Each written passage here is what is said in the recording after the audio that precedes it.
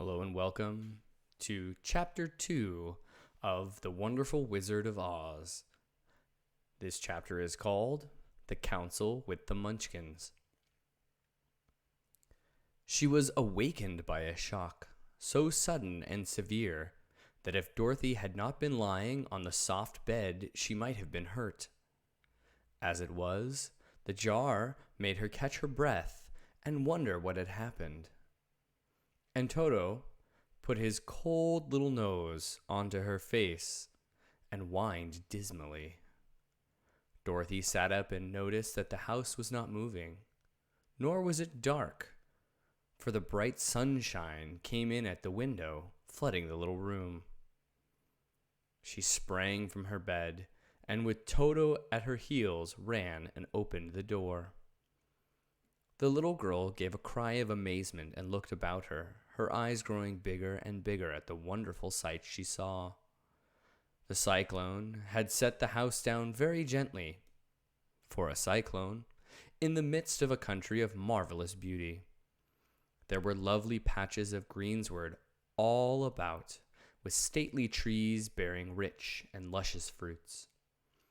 Banks of gorgeous flowers were on every hand, and birds with rare and brilliant plumage sang and fluttered in the trees and bushes. A little way off, a small brook, rushing and sparkling along between green banks, and a murmuring in a voice very grateful to a little girl who had lived so long in the dry, gray prairies. While she stood looking eagerly at the strange and beautiful sights, she noticed coming toward her a group of the queerest people she had ever seen. They were not as big as the grown folk she had always been used to, but neither were they very small.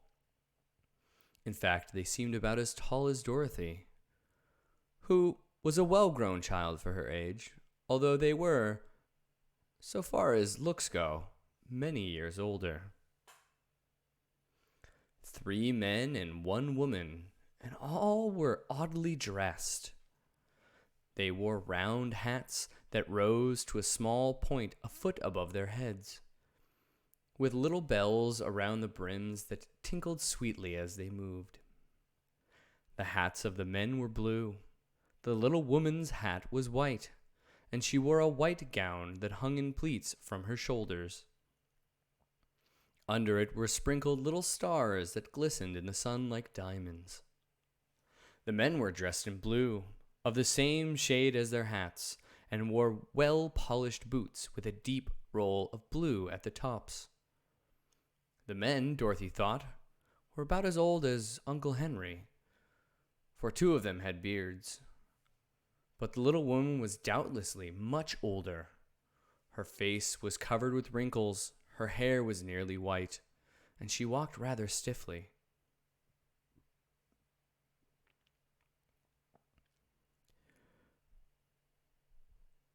When these people drew near the house where Dorothy was standing in the doorway, they paused and whispered among themselves, as if afraid to come further.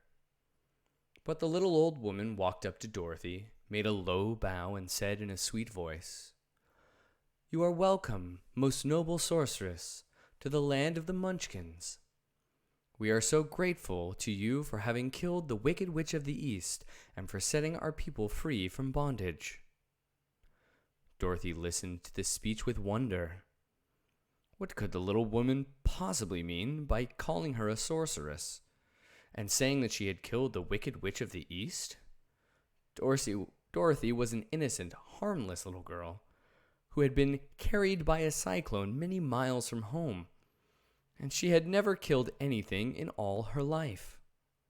But the little woman evidently expected her to answer, so Dorothy said, with hesitation, "You are very kind, but there must be some mistake. I have not killed anything." "Your house did, anyway," replied the old woman with a laugh. "And that is the same thing. See?" she continued, pointing to the corner of the house.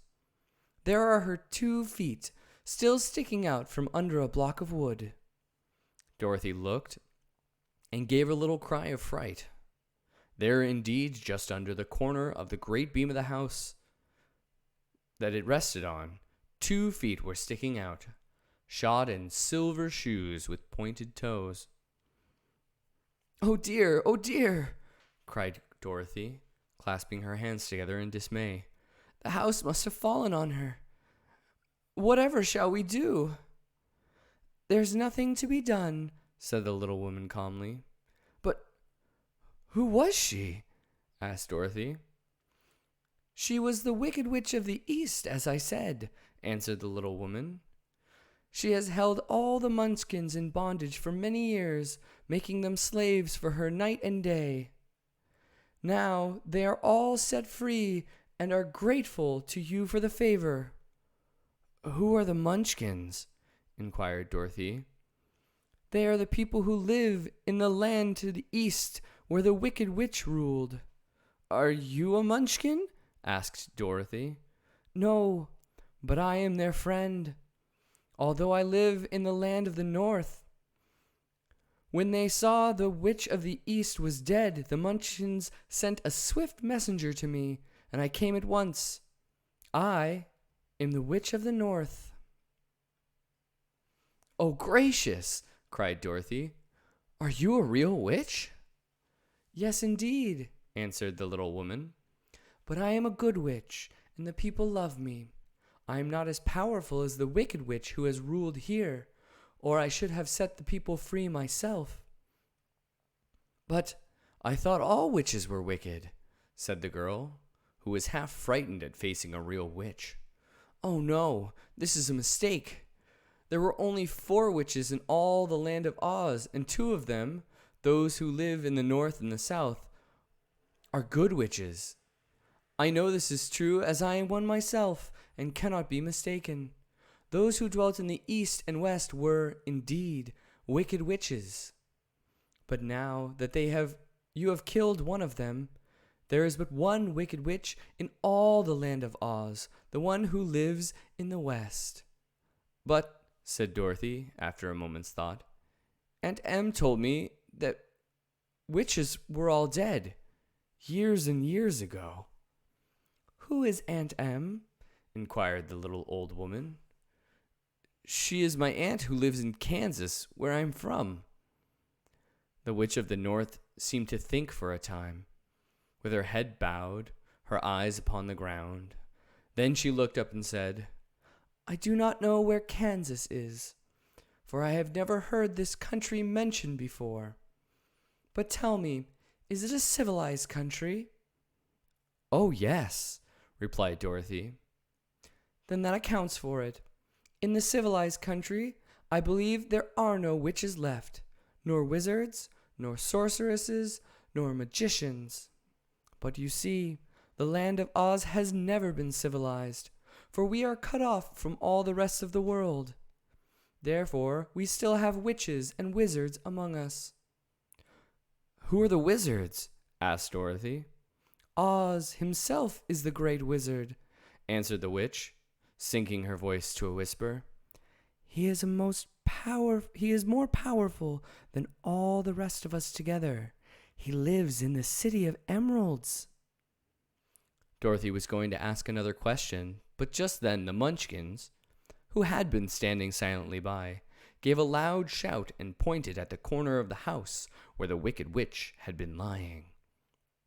"What is it?" asked the little old woman, and looked and began to laugh. The feet of the dead witch had disappeared entirely, and nothing was left but the silver shoes. "She was so old," explained the Witch of the North, "that she dried up quickly in the sun. That is the end of her. But the silver shoes are yours, and you shall have to wear them." She reached down and picked up the shoes, and after shaking the dust out of them, handed them to Dorothy. "The Witch of the East was proud of those silver shoes," said one of the Munchkins, "and there is some charm connected with them, but what it is we never knew." Dorothy carried the shoes into the house and placed them on the table. Then she came out again to the Munchkins and said, "I am anxious to get back to my uncle and aunt, for I am sure they will worry about me. Can you help me find my way?" The Munchkins and the witch first looked at one another, then at Dorothy, and then shook their heads. "At the east, not far from here," said one, "there is a great desert. No one could live to cross it." "It is the same as the south," said another, "for I have been there and seen it. The south is the country of the Quadlings." "I'm told," said the third man, "that it is the same as the west, and that country, where the Winkies live, is ruled by the wicked witch of the west, who would make you her slave if you passed her way." "The north is my home," said the old lady, "and at its edge is the same great desert that surrounds this land of Oz. I'm afraid, my dear, you will have to live with us." Dorothy began to sob at this, for she felt lonely among the strange people. Her tears seemed to grieve the kind-hearted Munchkins, for they immediately took out their handkerchiefs and began to weep also. As for the little old woman, she took off her cap and balanced the point on the end of her nose, while she counted 1, 2, 3 in a solemn voice. At once the cap changed to a slate, on which was written in big white chalk marks, "Let Dorothy go to the City of Emeralds." The little old woman took the slate from her nose, and having read the words on it, asked, "Is your name Dorothy, my dear?" "Yes," answered the child, looking up and drying her tears. "Then you must go to the City of Emeralds. Perhaps Oz will help you." "Where is the city?" she asked. "It is exactly in the center of the country, and is ruled by Oz, the great wizard I told you of." "Is he a good man?" inquired the girl anxiously. "He is a good wizard. Whether he is a man or not, I cannot tell, for I have never seen him." "How can I get there?" asked Dorothy. "You must walk. It is a long journey, through a country that is sometimes pleasant and sometimes dark and terrible. However, I will use all the magic arts I know to keep you from harm."